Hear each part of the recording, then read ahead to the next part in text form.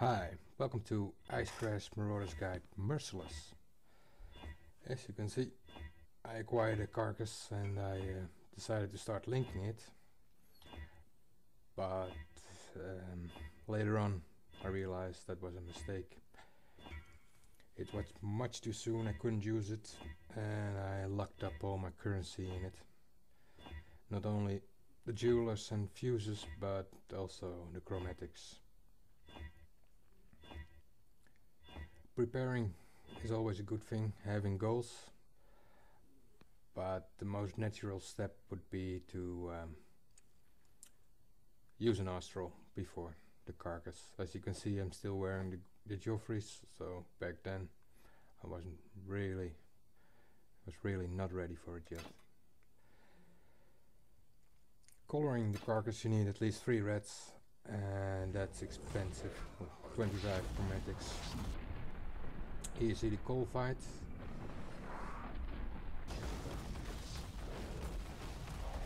He still hurts, so use a concentrated effect. But with a granite and fortify, you should be alright. Still might be wise to avoid the slams. So granite and fortify, you will be okay. So wise to set up an additional granite for this fight instead of the quicksilver, for example. You see the damage output of Mervale. I was a bit slow with the sapphire flask, and you see that one hurt a lot. So be advised, Merciless preparing for these fights is rather important.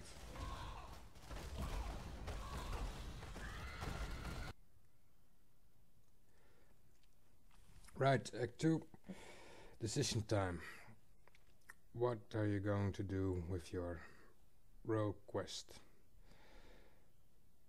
This particular one gives a frenzy charge, so I'm looking at the tree and I'll see I have only one available frenzy charge below the Duelist. I have a lot of available endurance charges, so I decided to take the frenzy charge, since if I want more I cannot get more, and endurance charges are always around. As usual, always check defenders for the 6 sockets, etc.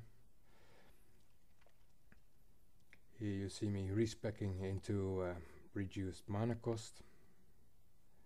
Once you remove the blood magic gem from Ice Crash, you will need some more skill nodes for mana management. So I've taken the index reduced mana from Marauder, and I'm deciding right now what to drop. I also like to go stun mode, so some nodes are needed for that as well.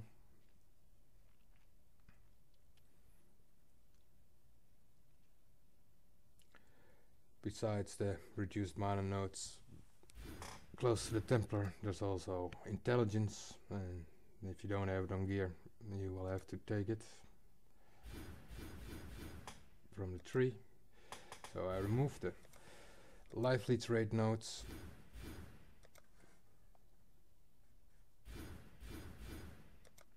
and taking the stun nodes. Late game, those life leech nodes will be handy, but at this stage of the game it's not really needed. As you see, I have not taken wavering standstill.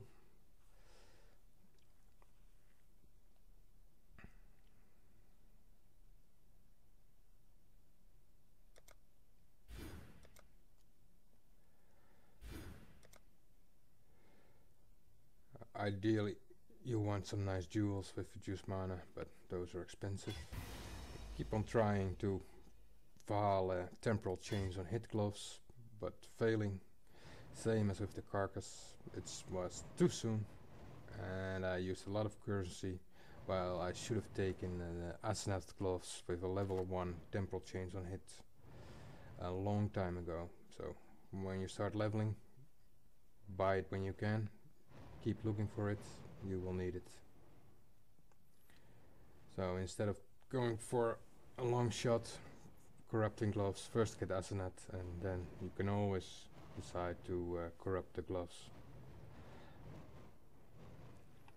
So level 65, time to upgrade the flask again.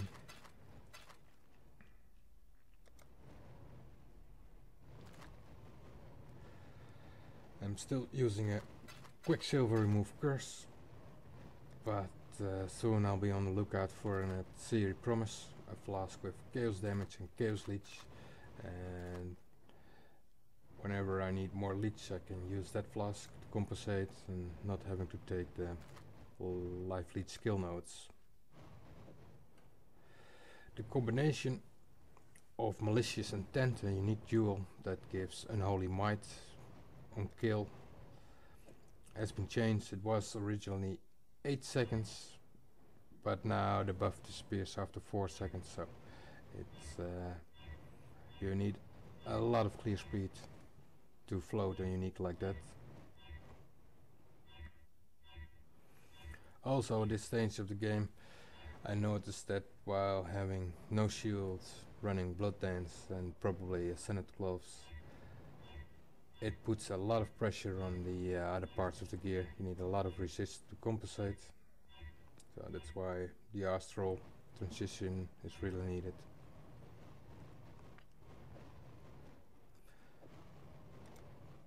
Instant flask with bleed or shock. If you have a fast healing flask with bleed, preferably use a shock instant.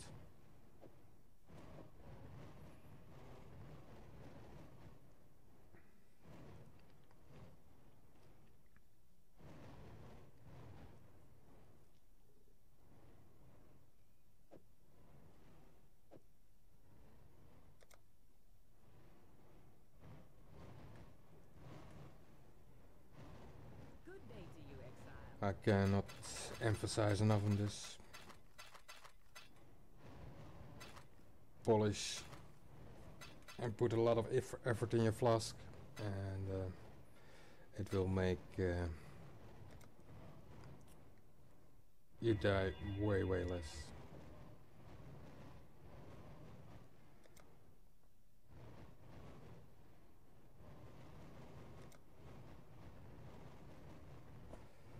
I've not taken hypothermia yet on my ice crash.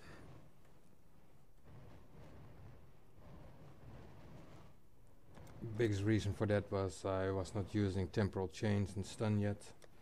So the chill, temporal chains and stun combo is really nice, but if you miss some pieces of the whole thing, might not be worth it to use hypothermia. I'm playing around with added fire, weapon elemental damage, melee physical damage and increased area of effect. So I got a 5-link Astral, and now I can make the dream setup for the Leap Slam. Faster attacks, Fortify, Endurance Charge on melee stun and Blood Magic. So the hardest part is the mana management at this time. You have to make sure your pool is large enough. Your mana pool should be at least 2 times the size of your ice crash cost, and preferably closer to 3 times. I have a bit of mana leech, but I've also taken the mana on hit skill node close to the Duelist. So whenever you're low on mana, you can always Leap Slam in your skill rotation. You have to anyway to activate Fortify, but that will make sure you have enough mana to spam Ice Crash some more.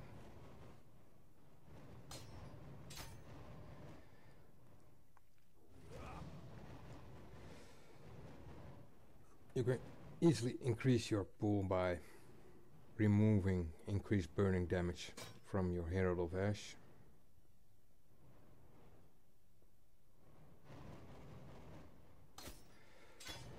The Rallying Cry gives some nice mana regeneration as well. So it's always a puzzle. How can I avoid using mana pots? Increased duration works on Rallying Cry. We have a lot of skills we need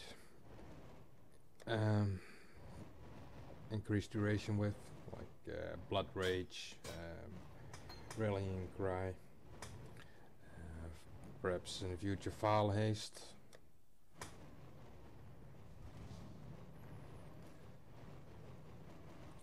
So now our over leveling in crew will pay off. We're going to do some more Tried Lake runs to level up before starting to map. We've practiced the boss fight a lot, so we know every mechanic, we can anticipate his moves. You can always decide to bring an extra granite.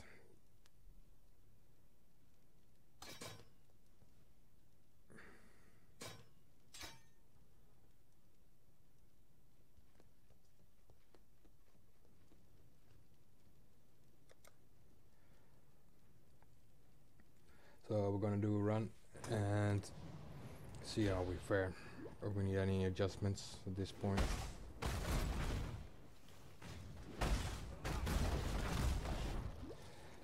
The damage is perfect. Leap in and you kill the pack with one ice crash hit. That will give you great clearing speed.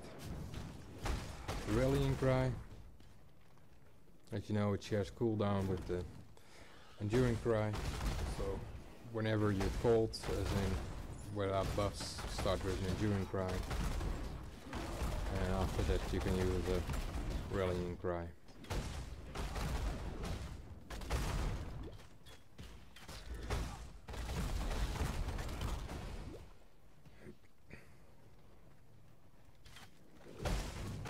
So we spotted the entrance. We're swapping out added fire for stun. Let's see if we have enough stun. Reduce stun threshold to stun the boss. But we lack it. Reduce stun threshold in weapon and belt, so probably not going to work. You get stunned, but not enough. The boss smash with a granite and fortify we could handle.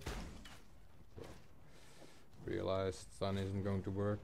Picked up an extra granite. Back to added fire.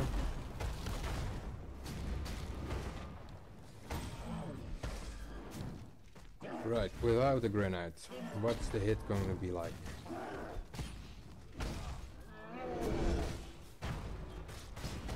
Bam! Now that hurts. So you know, you gotta have the granite up if you want to take a smash. You can easily avoid the smash, but you're gonna get hit some sooner or later. So you're bringing 2 granites might be a good idea after all. Let's look at it again. Boom! That's a big hit. Right, well, this wraps it up for Merciless. Next one will be out a couple of days. It will be about mapping and improving gear. So, thanks for watching.